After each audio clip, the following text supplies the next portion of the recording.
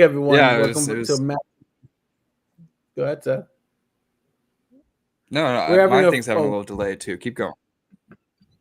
I think we're, as you can see, we're having a lot of technical issues, not because of technology, but because of our excitement of our today's guest. And I think that he needs no introduction. He's kind of the architect of the UBI program, and he explains it. I think the best that, in my opinion, the best that has been articulated. And I think that you guys are going to get a lot from this show. UBI is a platform that I've kind of put my flag on in my campaign, and many campaigns and many progressive campaigns put their flags on UBI because we believe that that's the way of the future.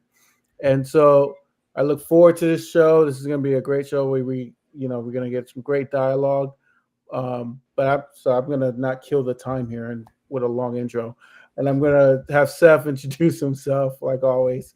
And then we're going to have Scott. Great. Thanks, Jesse. Yep. Go ahead, Seth. Tell the people All who right. you are. Hopefully, there's not too much delay here. Very good, man. There's already some delay. Anyways, I'll just speak as if there's not delay. Sure.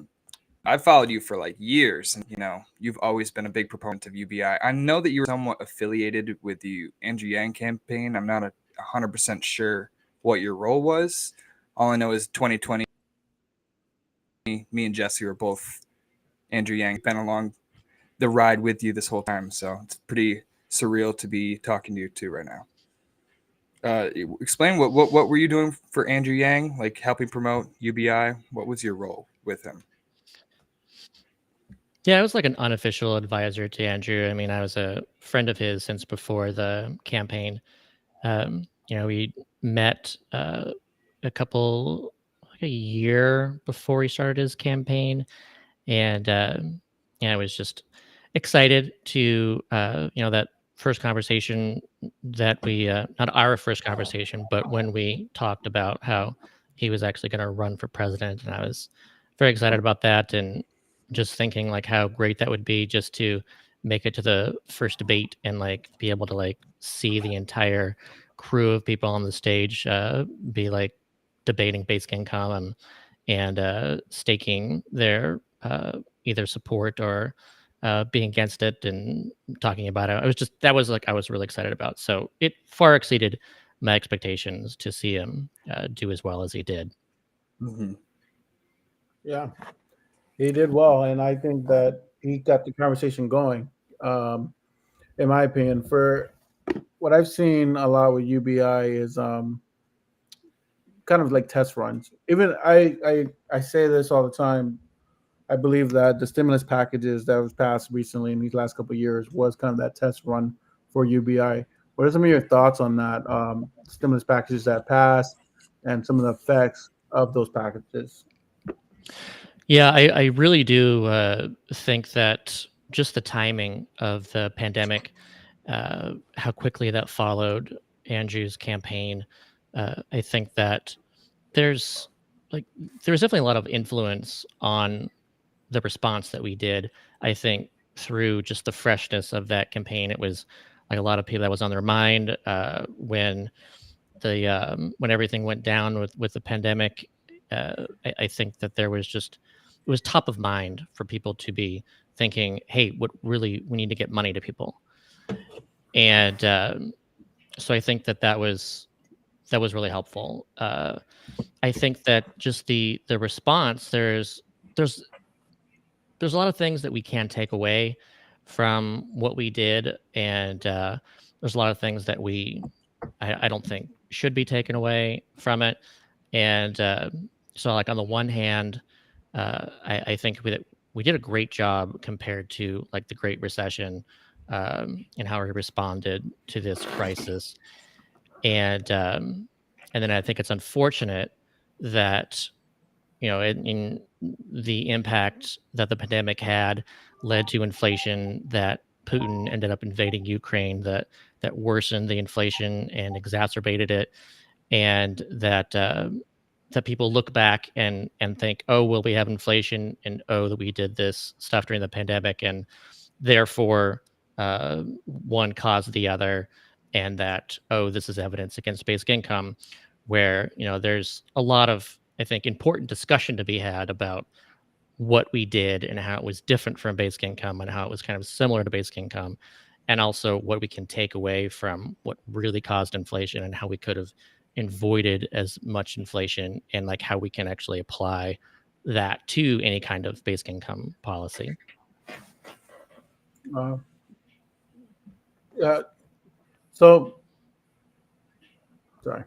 So as we can see here, it, it's one of those things where I think that we never, like you said, the tentacles of what essentially Andrew Yang started. We never knew the effects of what it would really be. One of the things that you know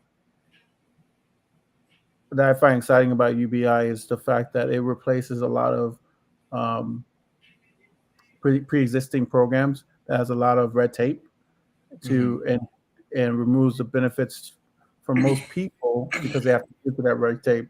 And UBI is kind of this concept, and you can explain in more detail that it essentially removes that red tape and just makes everyone have a fair playing field.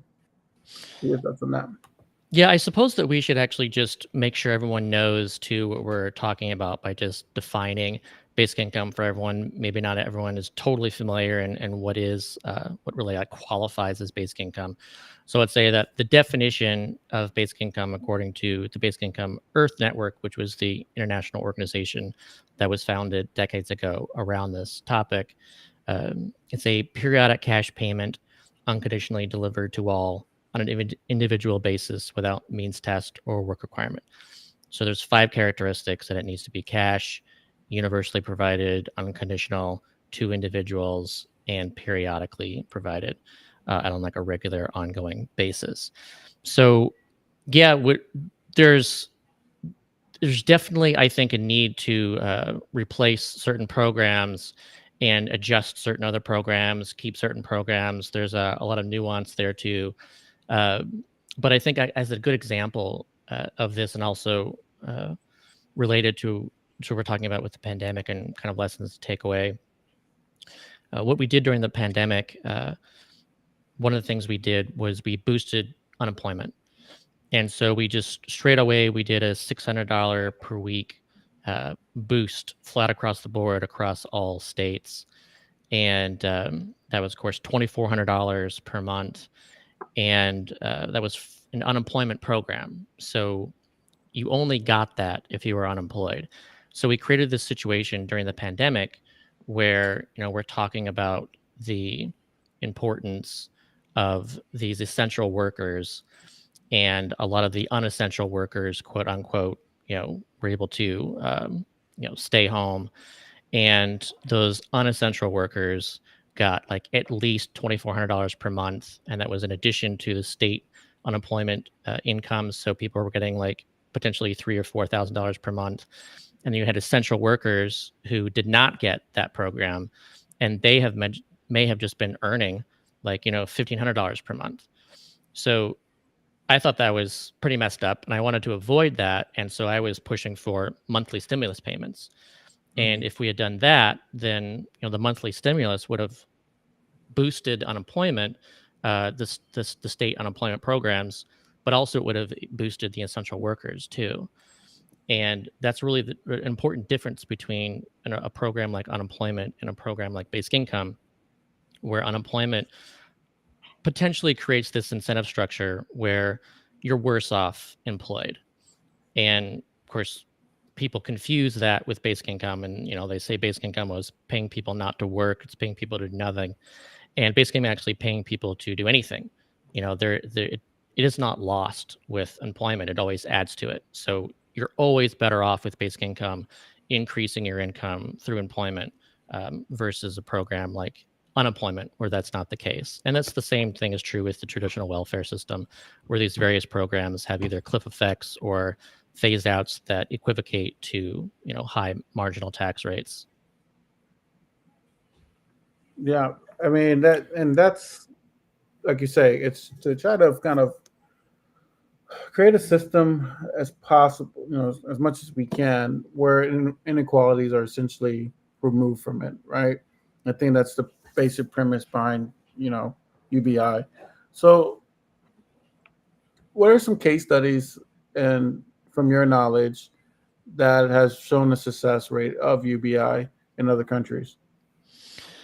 Yeah, when I first got into the topic of basic income, when I first really started exploring this idea, it was back in 2013, and it was diving into the evidence from various pilots that I just really found the most fascinating. My background is in psychology, and I've always really loved science, and to see the scientific data, it was just fascinating to me, both the history of it and the actual results from these programs. I had no idea uh, back then that we were so close to having some kind of basic income program under Richard Nixon. He proposed the Family Assistance Plan in 1969, and it ended up passing the House twice and not making it through the Senate to be, reach his desk to be signed into law. But it would have provided a guaranteed basic income to all families in the US. So it would have dramatically reduced poverty. And as part of that program that was almost implemented, we actually had a lot of pilots back then too. And so there were a series of pilots. The first one was in New Jersey, and the biggest one was in Seattle and Denver. It also did Gary, Indiana, rural North Carolina. They had these various pilots around the country, and this was testing like a what's called a negative income tax design. So this uses a phase out rate, and so they were testing both the various amounts of basic income guarantee and also the various amounts of phase out rates. So like maybe one pilot was testing a 50% phase out rate and a 70% phase out rate and a 30% phase out rate to see what were the differences, how it would impact the work incentive. And same thing with the amounts too. There's going to be a larger disincentive with a larger amount versus a smaller amount. So it's really the only thing I cared about too. It wasn't really looking at anything else, but we still did learn some other things from this. So first of all, there was not any significant impact at all on primary earning males. Again, this is the 1970s, and the largest impact on them was that they tended to um, spend a little bit longer between jobs looking for the next job. And that's actually, I think, a good impact. So even if you see slightly less employment per year, like they saw with that, you also see like better job matching, better skills matching Mhm. to jobs. You don't want people just to take the very first job that's offered just because they have to, because they're desperate. You want them to be able to actually find the job that's best for them. And that seemed to be what Mhm. it was doing then. The only significant employment decreases were mostly in students and with new mothers. And of course, both of those I consider to be forms of unpaid work, and not some example of, oh, people are quitting their jobs at McDonald's, to be lazy. Like, no, they're actually investing in their future incomes, and they're investing in their families Yeah. by focusing on that work that we don't recognize well enough as valuable work. That just So, shows the like the conservative instinct that poor people have to suffer in order to get something that they are successful in or something like that. And I just think that's a completely unnecessary aspect of the job force. I mean, I think something you said was really important is like proper job placements, because the system that we have right now has basically coerced people into picking jobs that don't suit survive. And I don't find that very efficient or even a moral thing. It's not like we need Yeah. McDonald's employees. We've seen start to audit their service.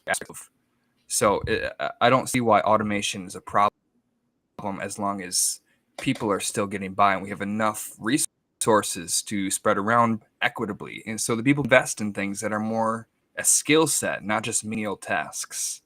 So I think more people in careers is a better thing than, useless jobs.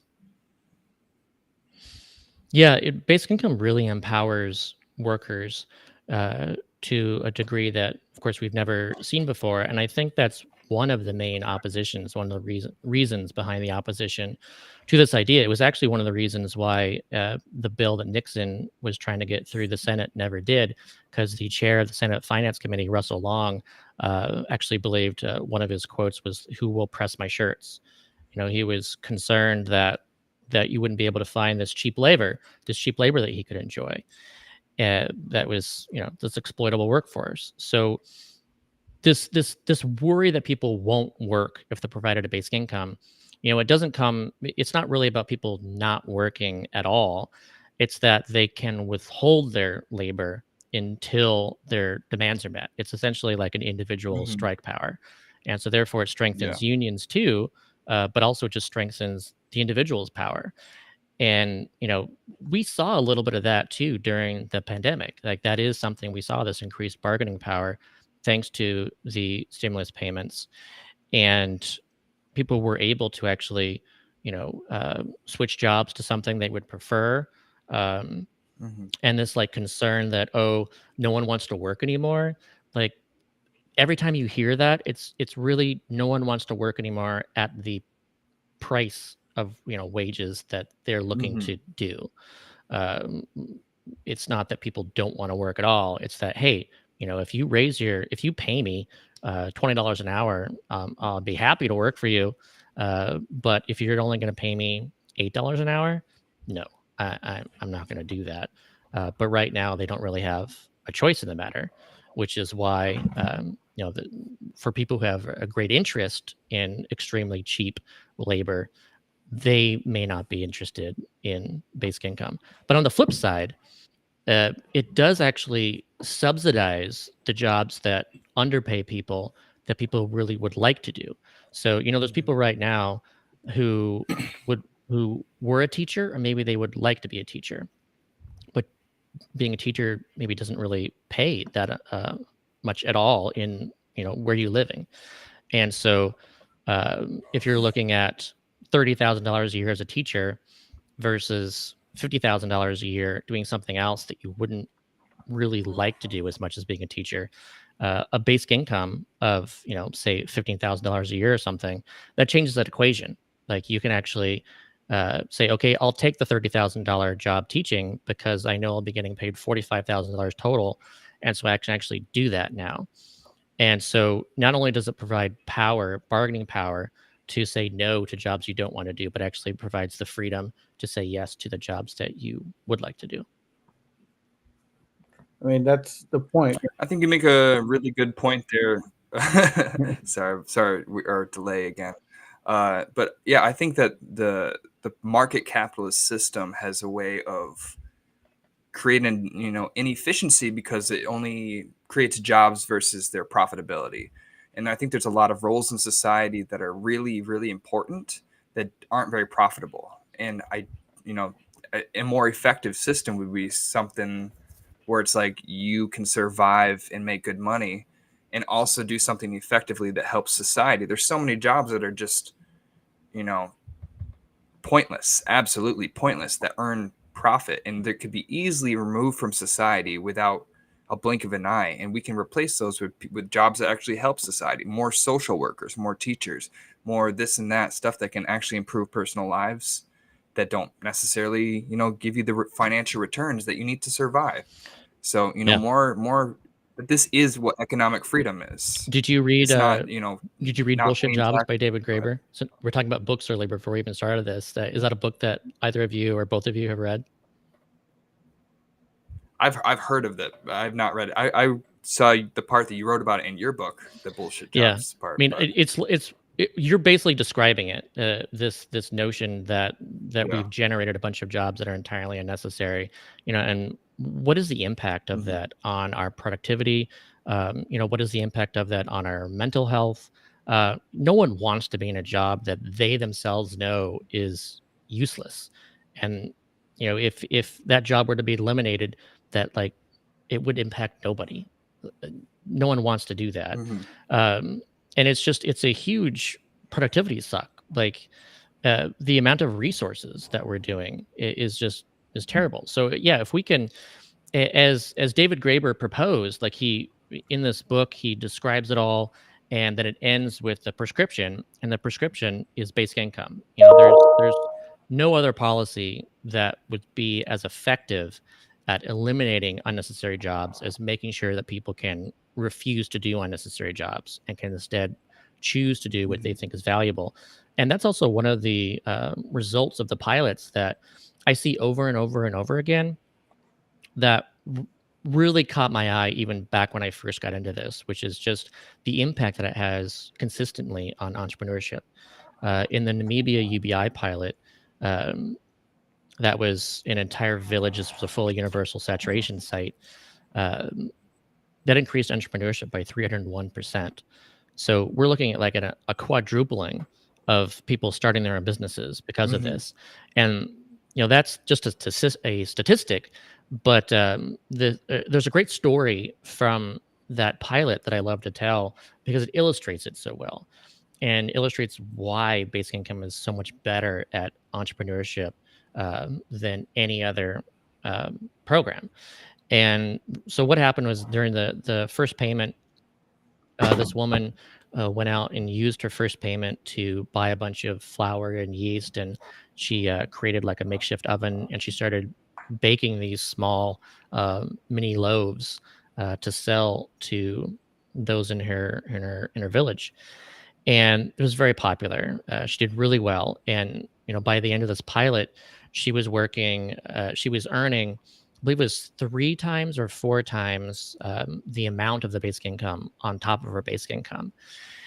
And you can imagine, like, if let's say if she just gotten a loan or even just a grant, then she could have done the same thing. But what were her customers have been? You know, because basic income was provided to the entire village, then everyone had the ability to actually purchase those loaves from her. Whereas maybe without that, perhaps only a few people would have.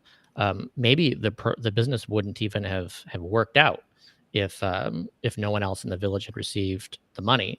But because everyone did, that became a very successful business. And just imagine that on like this on a fully universal, national scale, just how many people would start up new businesses, and also how many of those businesses would actually succeed that otherwise wouldn't. How many businesses have failed over the years that were actually a good idea and it was doing good stuff and people actually wanted that good or service, but it failed because there was the inability for people to actually buy it. So it's actually very market improving. Like if you're a capitalist and you want an efficient market, not only does it make this like the labor market like a free market for labor, but it also makes sure that businesses can actually see demand, that people actually are able to signal their demand. It's Mhm. like voting in markets. It's like Yeah. handing out ballots for people to vote on what it is that they want. Without basic income, you can't really do that. Yeah, I mean, I think that's very spot on. I mean, when you talk about the the economic growth is the most important aspect of it. My biggest thing is to how we use a UBI to increase. I believe in we have social classes, and I believe that UBI would essentially send people from certain social classes to the other because it would give them a base income in terms of being able to at least, like you said, invest in their futures and give them an opportunity to do what they actually like to do. Um, I guess my biggest thing is that you said like most people, the biggest concern is how do you pay for it, right? So what is some of your ideas that you think that essentially the government can do to pay for it? Yeah, whenever I'm asked that question, the first thing I like to answer with is just asking, what are we paying right now for the lack of basic income? What's the full cost of poverty? What's the full cost of high inequality? What's the full cost of chronic mass insecurity? These things actually carry cost. It's not free.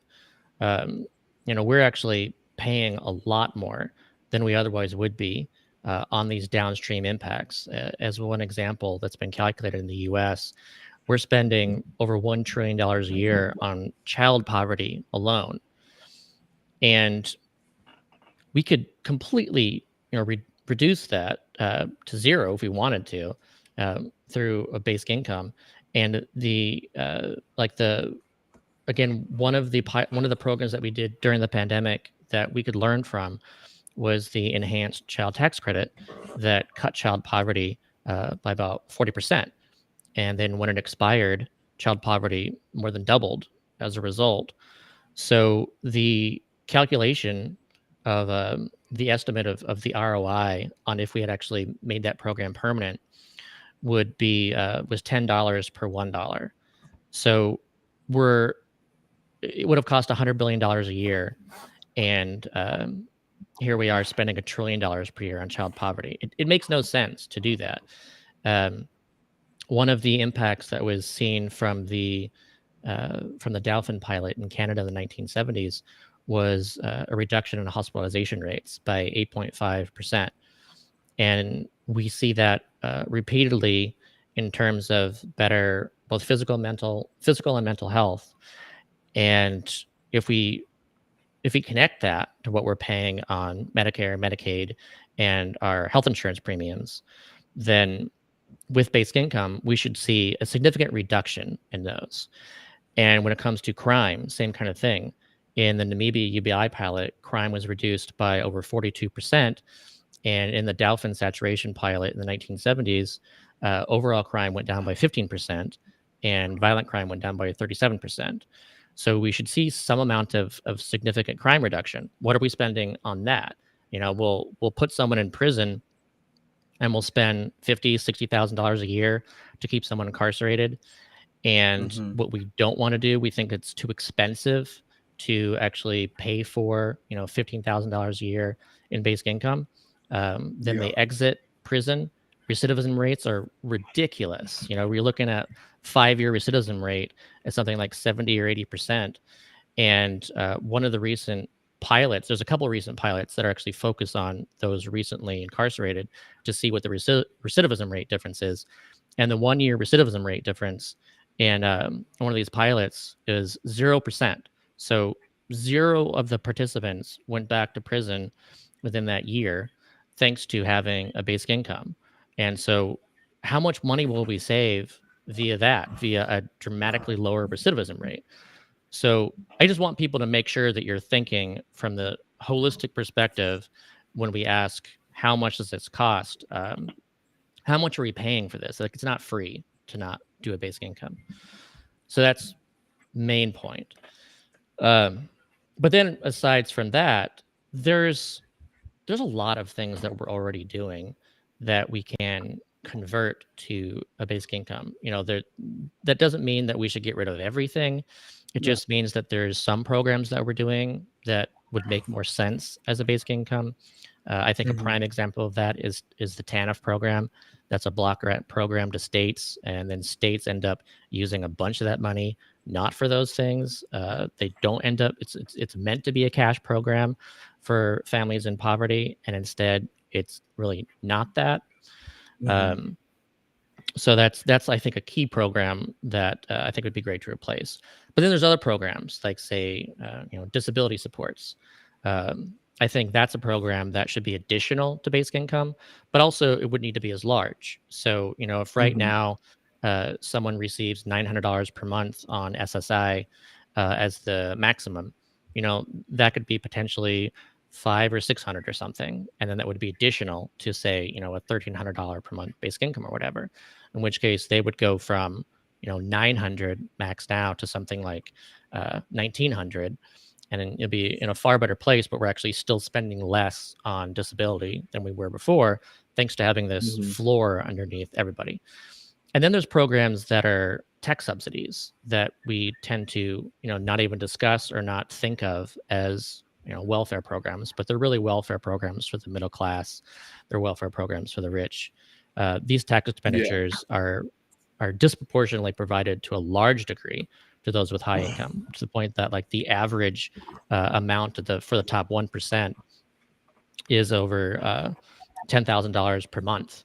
This is a very large subsidy that we provide to the rich. In total, it's over $1.5 trillion a year in tax expenditures. So again, it's not like we can get rid of all of those, but there are certain tax Mhm. expenditures that we can get rid of. Something like the standard deduction, that costs around $300 billion per year. That's entirely unnecessary with a basic income. So there's a lot of these things that we can subtract from the cost. And then there's also understanding the net cost versus the gross cost that people need to understand, which is that the cost of basic income is not the amount of UBI multiplied by the number of people that it's going to. Yeah. Because if you are someone who's, let's say, paying $12,000 in additional taxes that are new, and you're receiving $12,000 a year in basic income, that's a net zero. The government isn't Yeah. providing anything and you're not paying anything. So you have to figure out the net for every single person. And that's the cost of a basic income, is that net amount. So it's much smaller. It's usually around, depending on the details, let's say on average, it's around a third of the gross cost. So combine all those things together, and you're looking at spending less than $1 trillion on net for a program that will end up having an ROI of larger than $1 trillion per year. Mhm. There's not even just the actual programs that you cut to. You also think about the problems that you solve that cost a lot of money, like the homelessness crisis. And you think about Mhm. how many hundreds of millions of dollars are spent in California every year on these think tanks and these certain means tested programs and social or public housing projects that don't need to be necessary if we didn't have a homelessness crisis. If people just could afford to take care of themselves because of the money that we're distributing, then they could solve the issue on their own. They could get their own apartment. We don't have to have this sum of public housing and this backlog, all this sort of stuff that's just preventing people from living their lives. Like it's an easily solvable issue. We could literally just pool all that Yeah. kind of money together and pour it into distributing, and then the problem is solved. And then Yeah. uh Not only is basic no, income go ahead. highly effective for homelessness, but it's also a prevention mechanism. And that's what we're Yeah, absolutely not doing right now. Like, we're really waiting yeah. until people are actually homeless, and then we try to treat that, and we're terrible at it. It's hugely Hmm. expensive, but there's a study done that looked at that you could prevent like a significant amount of homelessness by just making sure that someone gets $1,000 right like at the time where they need it. Yeah. And if we can prevent all of that with just that small amount, that's a huge ROI. Hmm. Yeah. And What go ahead, Seth. I was just gonna say, what do you think about ideas such as like land value tax or like a social wealth fund in terms of like a means to distribute the basic income?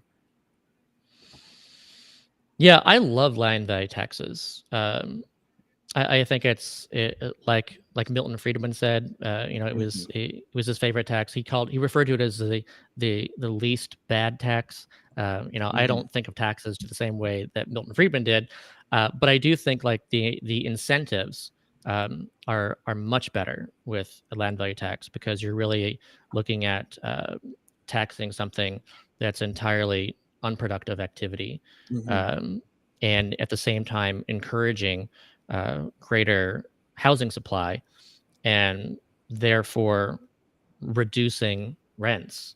Like Hmm. housing should be more affordable, and if we can actually do a tax that makes housing more affordable, then not only are you helping manage inflation through this tax, but you're also um, it's a two birds and one with one stone kind of policy. Land value tax and universal basic income, I think, work great together. And Hmm. also, I guess for those people who don't necessarily know, maybe what that is too, a lot of people confuse an LVT with a property tax. Um, Hmm. but the difference between a land value tax and a property tax is that a property tax taxes mostly what's built on top of the land, and a land value tax taxes the land itself, that value, and not what's built on it. So, if you have like a skyscraper next to a vacant lot next to it, and they're both the same size, then both of those owners of those lots will pay the same tax. In which Yeah. case, it's a benefit to the one with the skyscraper, and it's rewarding them. Like that is a great use of land. Whereas Yeah. this big vacant lot, someone's just waiting. They're unproductively hoping for a giant windfall that they don't deserve. They did nothing to actually gain this windfall. So, as someone who used to live in New Orleans, I consider that my home for over 10 years. Uh, I just constantly saw all these houses, even post Katrina, that were still just sitting there post Katrina, and eventually people would sell them, and again, this massive windfall. They didn't do anything; they just waited and paid very little property tax for a long time, and then boom, sold it for someone else to develop. And that should be discouraged, and you can't do that with a land value tax. But another thing I just want to mention too is and this is what I get to in my book, that the like we need to properly see taxes and government spending and the order of those events. And we actually, that was another lesson to take too from the pandemic and what we did, which is that we did not tax first in order to spend anything. We did not issue treasury securities and quote, take on debt first in order to spend. We just issued that currency because that's what we can do. And that's what we always do. Like all government spending is just issued currency. And then taxation is what deletes that. And so it's taxation that helps manage inflation. So once you break out of that standard paradigm of taxing in order to spend, and instead realize that we spend and then we tax in order to manage inflation, then we look at this in a better way. And then we're looking at what's the best way to tax. Like what is income tax the best way to tax, or is it something like land value tax? Is it something like a small transaction tax on every transaction? Something like a carbon tax? Again, that's a two birds, one stone kind of policy, where you're actually reducing greenhouse gas emissions at the same time as helping, delete money from the money supply to manage inflation. So I think understanding that helps us think what is our true limit. It's not money. Like money is not this thing that we dig up out of the ground, and we have to like dig up enough of it in order to spend it. We just create it, and so therefore, what really matters is our economic capacity to meet demand. Do we have the resources, the technology, the skilled workers, the actual ability to meet the demand that is expressed through people having and spending money? And then we also know that there are policies that help manage inflation that aren't even taxes. Something like a YIMBY policy is also something in addition to LVT that I think is great, because that helps increase the housing supply. So if you just make sure that people can build multifamily homes instead of single family homes, that helps reduce rent. And so therefore that also helps manage inflation without raising taxes. For those who don't know, YIMBY is yes in my backyard. That's what Jesse was asking. Yes in my backyard. So it'd be like a NIMBY and not in my backyard would be a kind of person that's, maybe more liberal, but then opposed to development in their neighborhood, low housing units, stuff like that, stuff that reduces the property value of their homes. So that's what he was referring to. I have a way I'd like to take this.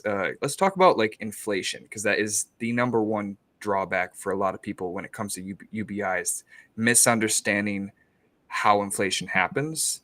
Because a lot of people think that you put money into the economy, prices go up, when really inflation is more a response to supply and demand. You know what I mean? If it increased personal purchasing power for individuals in certain sectors, in certain ways they're spending more money, is going to increase the prices.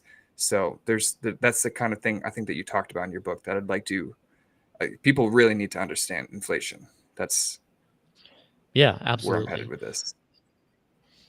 So again, we need to, it's great to get the proper lessons from what we just did during the pandemic. And the proper lessons that people should take away is that what what really caused inflation was that we witnessed a global pandemic which really constrained global supply lines and thus the ability to meet demand. And that spiked inflation. Another part of it was that because the shutdowns, there people spend on goods and services, and we shut down services, so people had money and they still wanted to spend it, so they spent it on goods. So, like the demand for goods went up more than usual because the demand for services went greatly down. And so, Mhm. therefore, not only do we have global supply issues, but then we had higher demand for goods, which worsened those global supply chain issues. And that's also why we saw inflation all around the world. Like this wasn't just in the US. And it also, you saw this in countries, regardless of how much, stimulus or whatever that they did.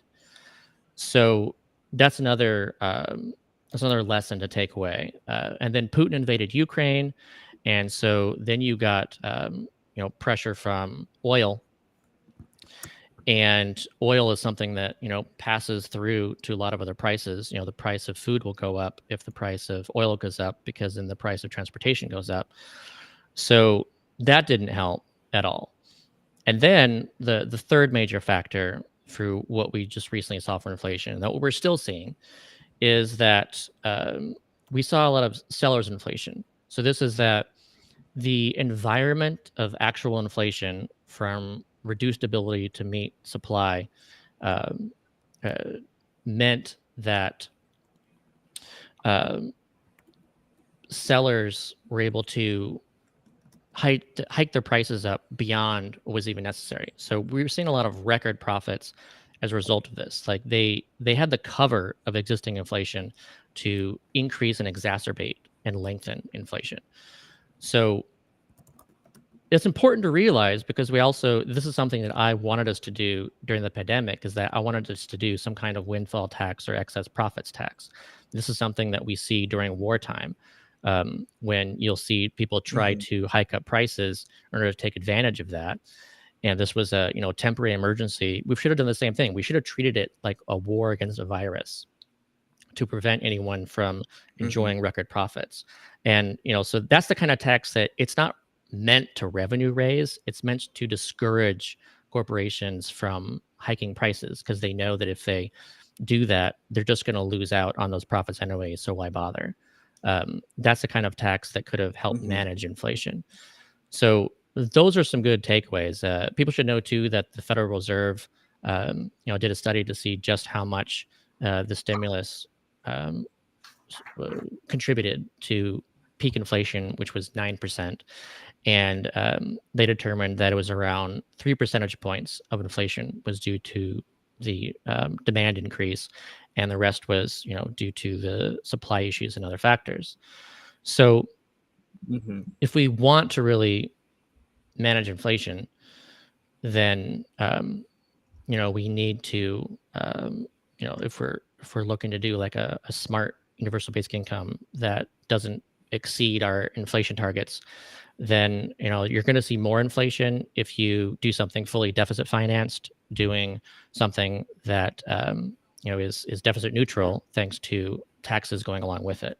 So again, taxes help manage inflation, and we should utilize that appropriately. And then, of course, again, there's other programs. If you cancel some and reduce some, then that also helps manage inflation. But people also don't like realize too that competition is like so important to this as well. Um, Mhm. as an example, in Alaska, Alaska is the only place that has had a UBI. They still do. They started this in 1982. It's a small annual UBI of around $1,000, $2,000 per year. But prior to 1982, um, the rate of the CPI index in Alaska versus the rest of the U.S. as a measured inflation was higher in Alaska, And then after 1982, when the dividend started, then it was lower. And so the hypothesis that we should have seen higher inflation in Alaska, it does not bear out. It didn't happen. And instead, what happens is when those Mhm. dividend checks go out, you see sales all over Alaska because all the different businesses are competing over those dollars. They want them to spend it I want to spend it at my business. I don't want you to spend it across the street at that other business. So I'm going to have a sale. And that's another example of how, competition can mean these price decreases. And then as another example too, in the India UBI pilot, this is showing that demand can actually increase supply greater, so that prices go down. The demand for like fresh fruits and vegetables in India went up because of the universal basic income. And then you had people meeting that demand with supply. Like before, there was no one wanting that. But then after that, there was a lot more sellers um, getting fruits and vegetables into that market. And then because that amount went up, then prices were able to go down. So that's another thing is that supply isn't static. Supply responds to demand. It's not some non-changeable, movable system. It's that demand and supply react to each other. Mhm. Mhm. Now we're going to talk about currency. It brings you to our next uh, issue, cryptocurrency, and I think that's the second hottest topic outside of inflation, and uh, its replacement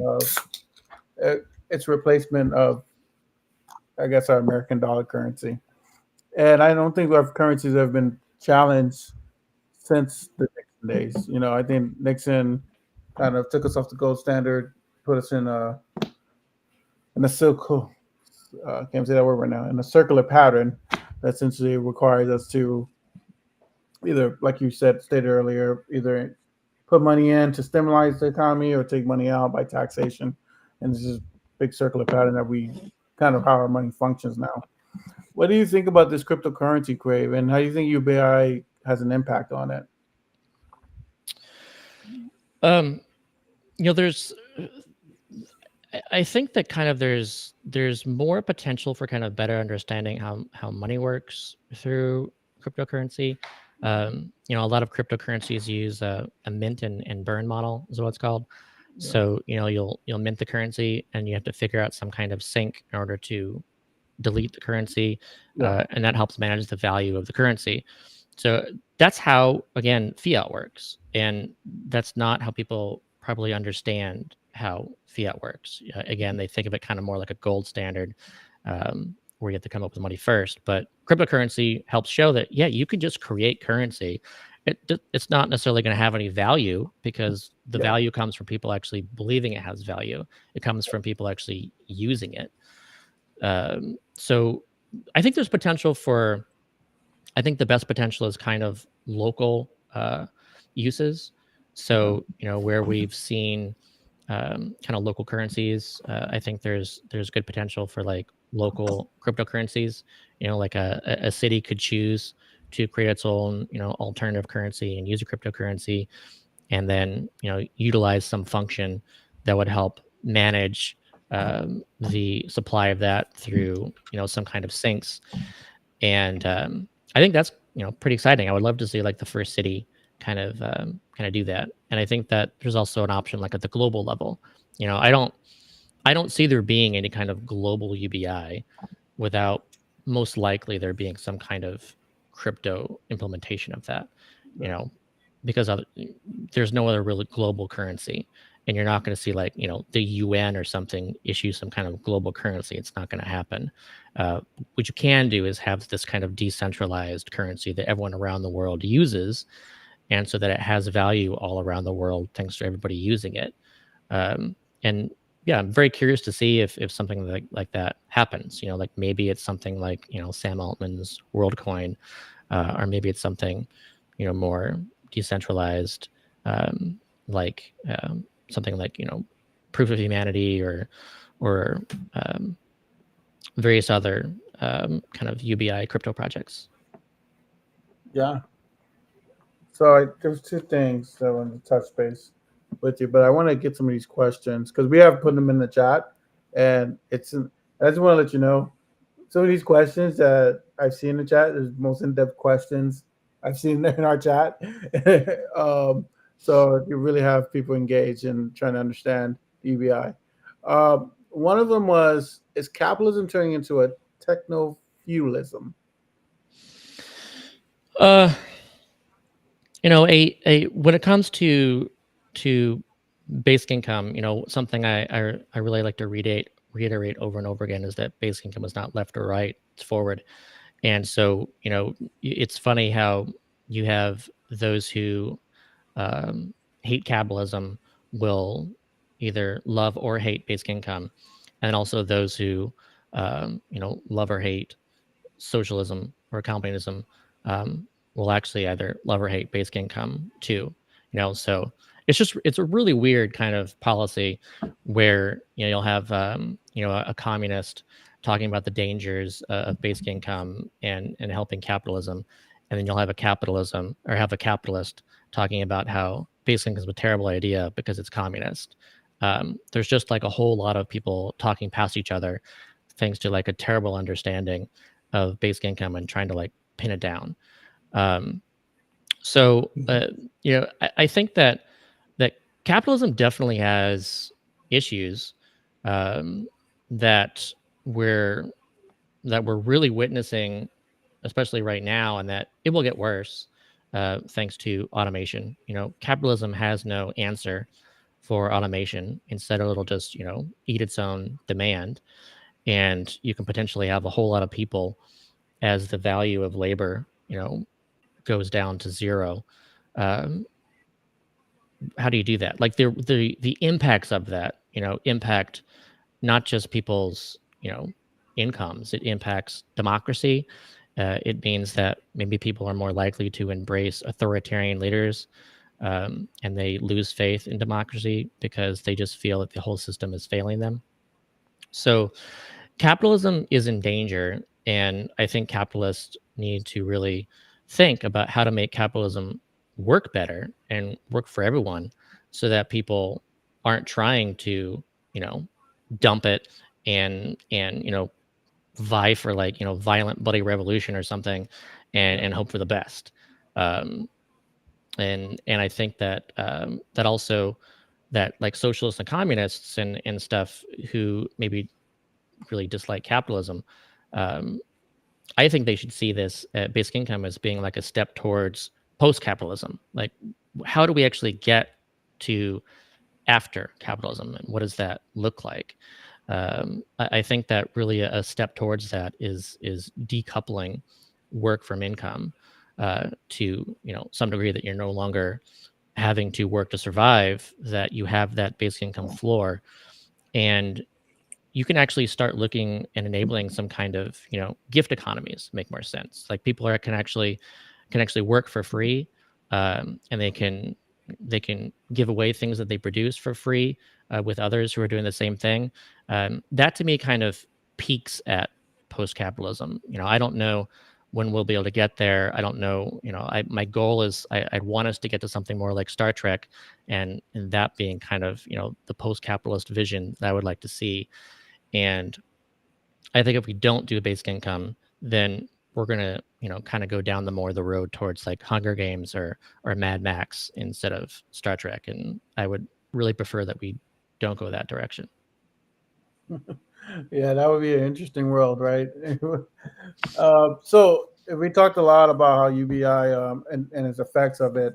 My biggest thing, and I talk about this every week on the show, is AI and how it's coming to replace our jobs. Uh, I think that UBI is the solution to our AI problem, which is, I believe, in my opinion, in the next 5 years, at the rate at which AI is going and the technology is going, that there's going to be massive layoffs in our economy. Do you now? Do you? I guess. I guess my question would be, what's your timeline? What do you see? How do you predict the future coming forward in the next couple of years? First of all, I like to say that it was like the impacts of automation that brought me to the idea basically came in the first place. So it really is kind of a common on ramp into the ideas is thinking what happens as a result of automation. Um, but then I also like to point out that the impacts of automation are also already with us, and that's something that I think people don't sufficiently appreciate. That we really started seeing these impacts back in the '70s.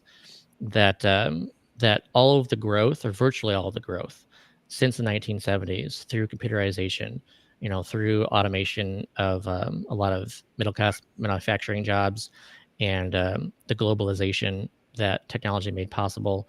Um, so much productivity growth happened, and it did not go to everybody. It was not widely shared. Instead, it was concentrated mostly in the hands of the top 1%. So automation is something that is really effective at increasing inequality. It's like an inequality generator.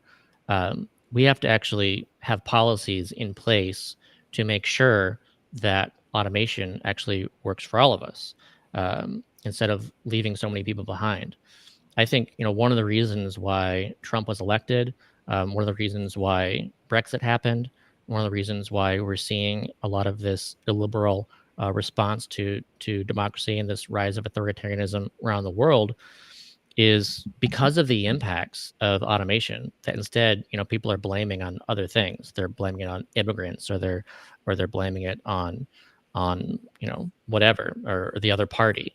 But they're not blaming it on what's actually responsible for this, and that's just the change that automation is doing. Like, it's just what happens as a result of automation is that you push down on the value of human labor.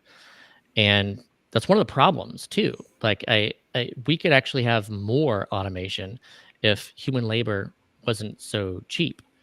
You know, like Mhm.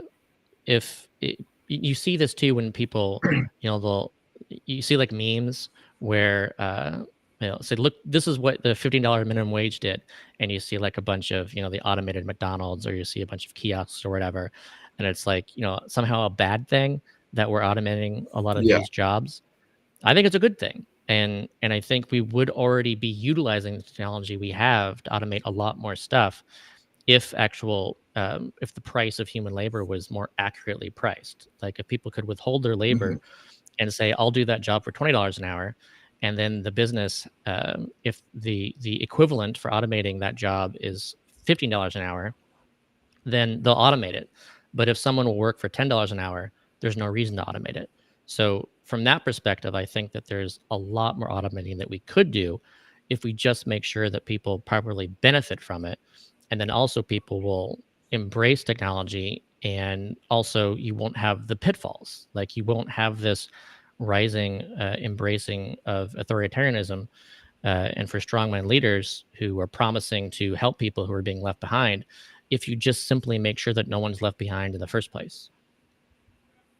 That's a great response. I mean, I think that with the growth of AI and like you said, it just I feel like we have such a aging population. I mean, not obviously baby boomers, but also millennials, who are kind of in this predicament. They went to school, they got educated to increase their human capital, and now AI is kind of taking that human capital away.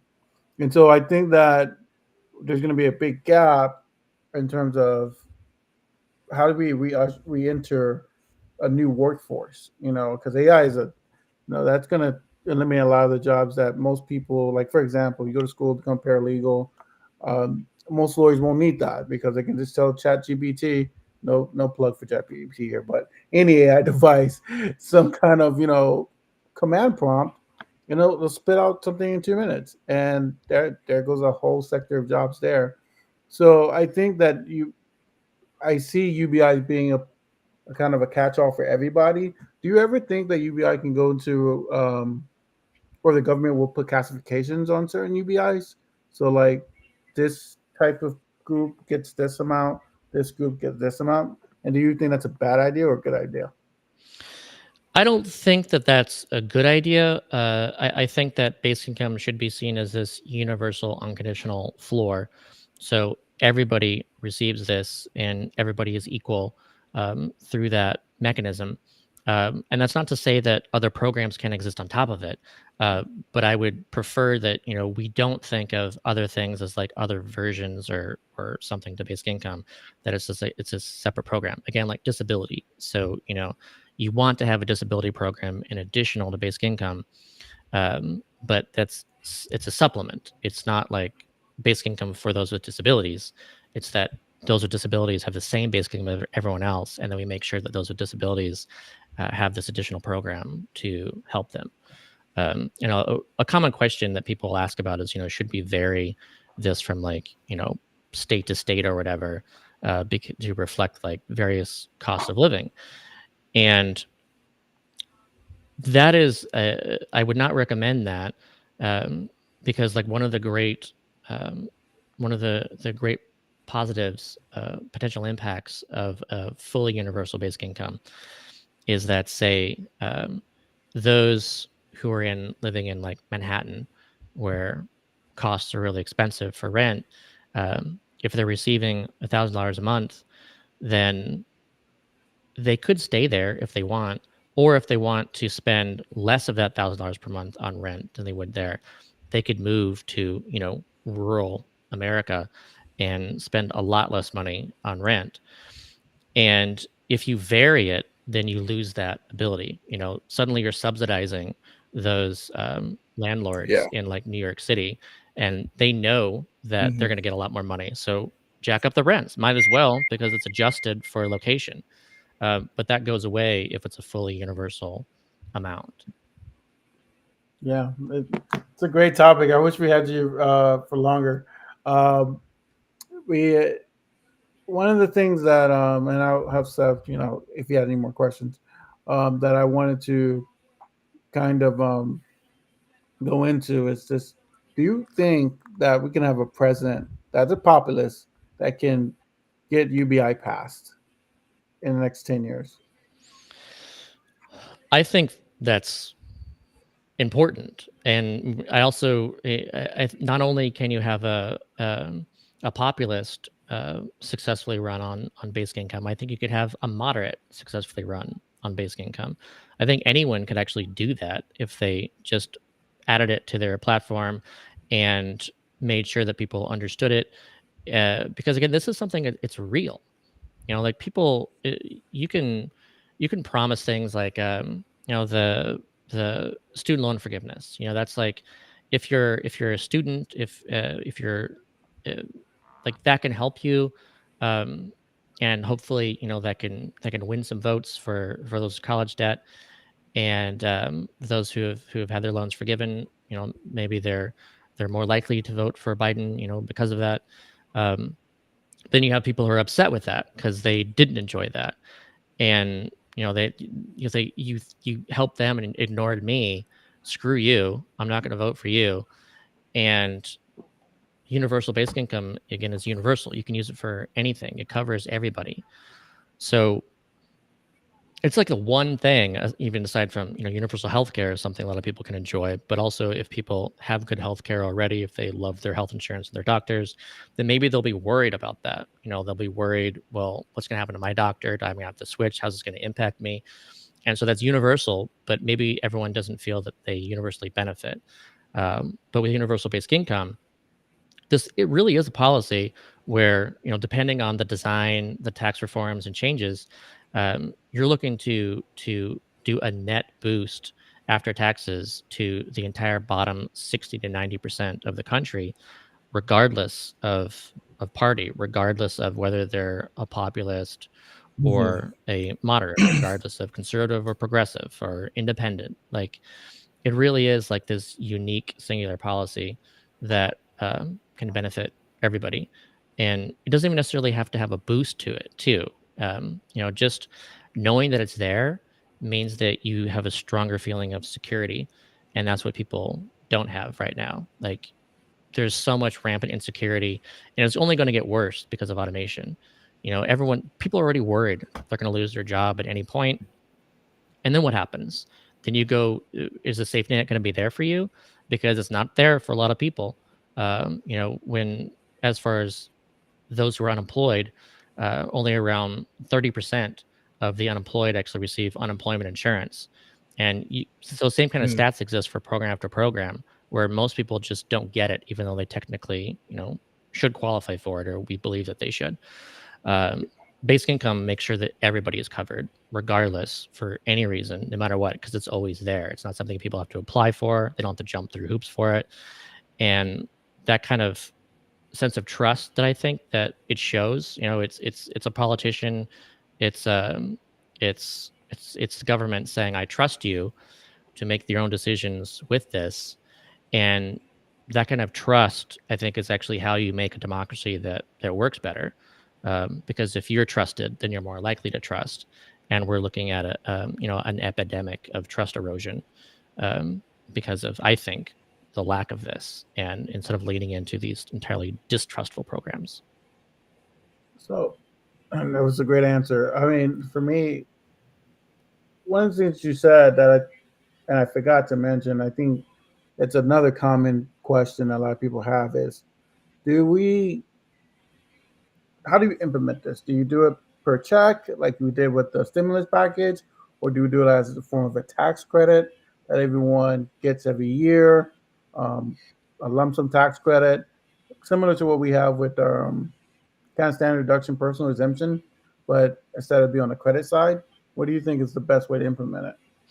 One option is certainly to do like we did the enhanced child tax credit in 2021. And the way we did that was a fully refundable tax credit, and people could choose to either take it at the end of the year or they could get it in advance monthly. So we could do basic income that way, and we could use the IRS to do it. It's just that I don't think the IRS is best set up for this. I Mm-hmm. don't think the coverage is going to be as good as it could be. It's doable, but a lot of people don't file taxes, and then so part of the CTC was like the communication and letting people know and encouraging people who don't usually file taxes that they can just use this tool and sign up and claim this. And so, there was a lot of effort that went into that. Um, Social Security, I think, makes more sense. The Social Security system, that already provides monthly income to tens of millions of Americans every month. It's very good at it. The administration rate for Social Security, super low. It's a 0.5% overhead on Social Security, far better than the IRS tax system. So that's an option, and we could also just create a new department focused only on basic income. That could potentially, be an even better method. Um, it's just the Social Security Administration already exists, so maybe that would be the better way. But it certainly should be monthly as an option, Okay. um, especially, and then you can argue over the best way to do that. But it certainly should be direct deposits too. And another option, this is actually something that especially became a possibility during the pandemic, um, was that the Fed could have like created direct accounts for everybody, and then the Fed could issue money directly into that and get it to everybody. This is like a way of making sure that everybody has a bank account, especially the unbanked. Okay. Um, Part of a good rollout, I think, should involve um, something like that, and maybe even combined with postal banking too, so that people have like in-person access to these free public bank accounts, and you'd have some competition between public banks and private banking system. But that's certainly one of the issues, is that we want to make sure that everybody has a bank account of some kind that you could electronically direct deposit this money to them. That's the most efficient way possible, um, and I think the best way. Yeah. Seth, do you have any more questions? No, I don't want to take up too much more of his time. I think that we got pretty much the most in-depth discussion on UBI that we probably could have. I mean, we could probably keep talking, but I don't want to. I don't want to. We already went farther than we expected, but we got a lot of great, Yeah, a lot of great info. answers and thought-provoking discussions here. So, Well, Yeah, Scott, there's so much to talk about. yeah, Scott, I hope, I mean, we hope that we have some more free time so we can do a part 2 of this. Um, I just want to thank you so much for your opportunity to be here. I wonder if you could just talk about your book. Where can people buy your book? Where you know your social media handle, so we can have that tweeted out. The more more ways to access you, I guess, so that you can Yeah. continue. Yeah. If you want to read my book, it's Let There Be Money. You can find it on Amazon, and you can find me pretty much on every social media platform at Scott Santens. And for those on Twitter, especially, I recommend checking out my pinned thread, because that's actually where I've been compiling this very long list of the evidence from Basic compilates that I'm still continually updating. So it's I just added the 100th part to it just the other day. So this is now a 100-part thread, just entirely devoted to the studies and the pilots around basic income. So if you want to really learn about the evidence base, go to that. And I've also got an FAQ on my blog, and that's at scottsantens.com. All right, guys, you have the information. Make sure you guys get it. Like I said, this upcoming election is very important, and the more insight we have in terms of progressive ideas, the best we can translate that message to the average American and get more people out there to vote for progressive ideas. So, thanks, guys, for coming in, and we really appreciate it. Like I said, really looking forward to part 2, and I'll see you guys next week. Seth, Great. Thank you, Thank you Jesse. so much. Thanks, Seth. All right, I appreciate you guys. thanks.